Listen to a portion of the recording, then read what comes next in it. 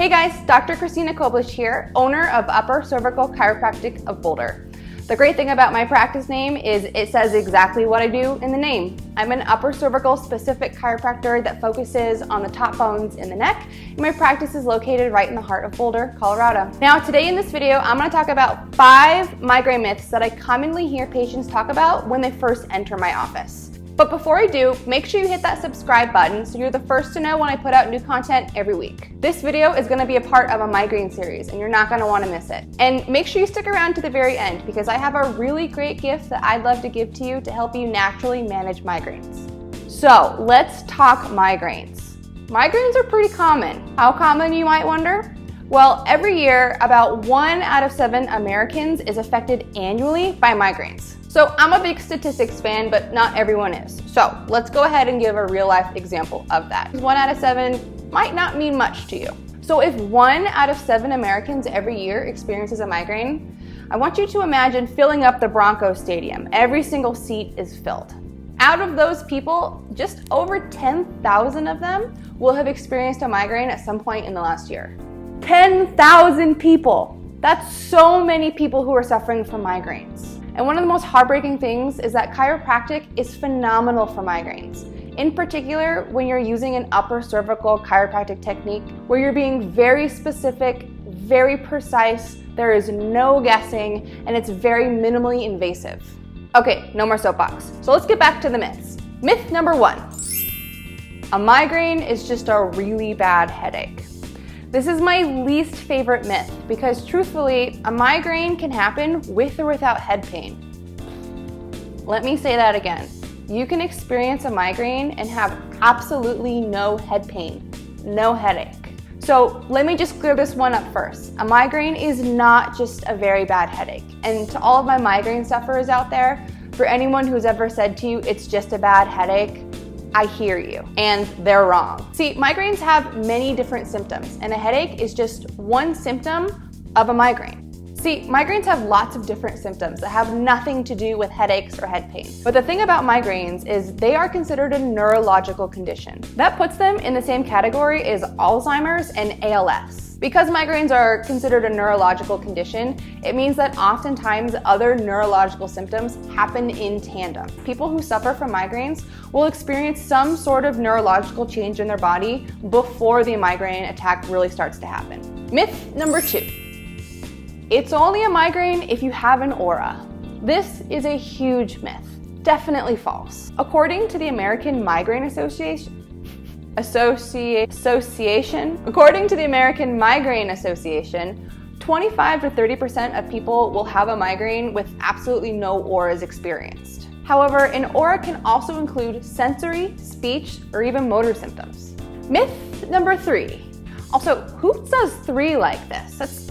You always do this, right? Always 3 here. Okay, myth number 3. Caffeine can be used as a cure for migraines. This one's particularly tricky because I'm sure you've actually heard this both ways, that you can use caffeine as a cure for your migraines, or you can avoid caffeine because it can be a trigger for migraines. So my explanation for this myth is that this is a myth for some people. Caffeine can be a real problem for people with migraines. If you consume too much caffeine, or you're caffeine dependent, when you are withdrawing from it, so when you wake up in the morning and you skip your morning cup of coffee, you are setting yourself up for a possible trigger to get a migraine. However, on the flip side, drinking your daily cup of joe is not going to guarantee that you're going to be migraine-free that day. Likewise, if you avoid coffee altogether, this still does not guarantee that you're not going to get a migraine. So how does this work? When I say that this is a myth for some people, what I mean is that some people are able to use caffeine as a buffer to prevent a migraine attack from coming on. Let me explain. There is a tiny window in which a person can sometimes consume caffeine that can prevent a migraine from progressing into its full form, but this doesn't always work and it doesn't work for everyone.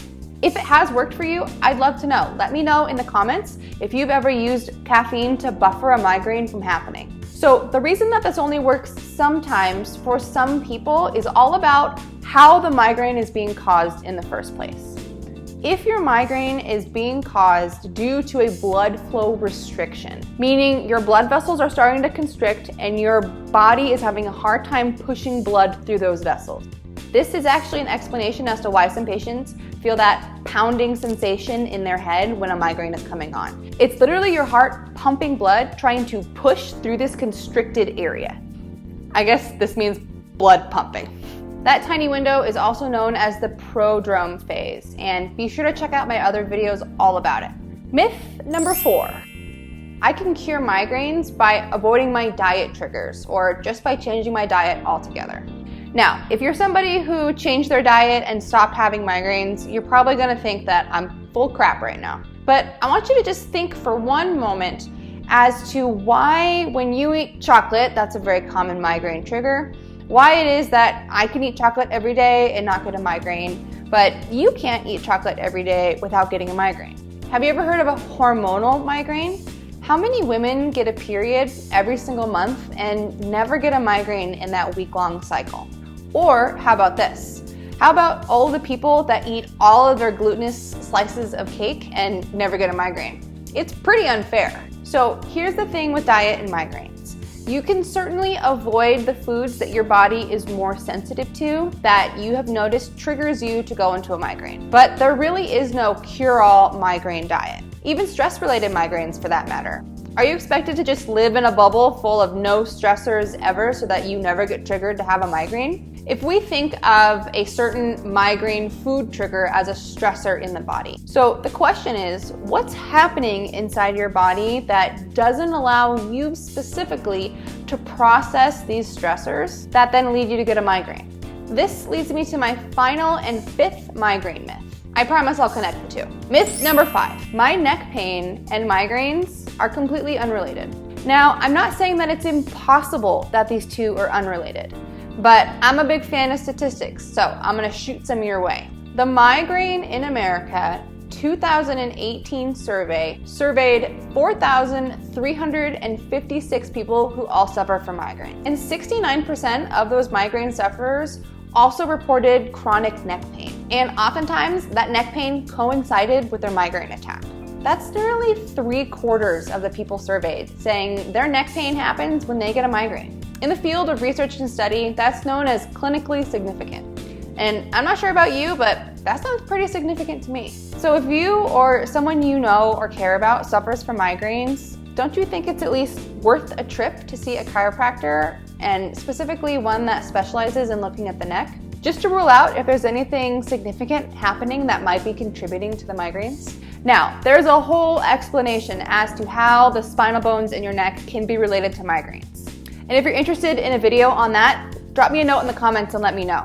So let's circle back to myth number 4. When I asked you, well, why is it that some women can have a period every month and not get a migraine? Or some people can eat a giant slice of chocolate cake full of gluten and never get a migraine? I want you to think your spine and your nervous system, which is inside of your spine, as a stressor processing hub. A great chiropractor will identify what part of the hub isn't processing stress very well. And oftentimes that's originating right at the top of your neck. It's where your brainstem sits. It's where a lot of vital stuff hangs out. If every message in the body has to go through your neck, up into your head, and back down, you want to make sure that hub has absolutely no interruptions in those signals. And a chiropractor is one of the only people who can do that. So let's just do a quick recap on the 5 migraine myths that I often hear patients talk about in my office. Migraines are not just a terrible headache. They're actually neurological conditions, which puts them in the same category as ALS and Alzheimer's. Myth number 2, you don't have to have an aura in order to call it a migraine. It's completely possible to experience a migraine and never have an aura. Myth number 3, avoiding caffeine or drinking excessive caffeine in order to ensure that your migraines stay at bay. Myth number 4, controlling migraines with your diet. And the final myth, that neck pain and your migraines are unrelated. If you suffer from migraines or someone you know suffers from migraines, seeking out a highly trained chiropractor is one of the first steps that I would recommend to absolutely anybody in my family suffering from migraines. Thanks so much for tuning into my channel today, and if you enjoyed this video, give it a thumbs up and be sure to subscribe before you leave. Thank you so much, and I will catch you in the next video.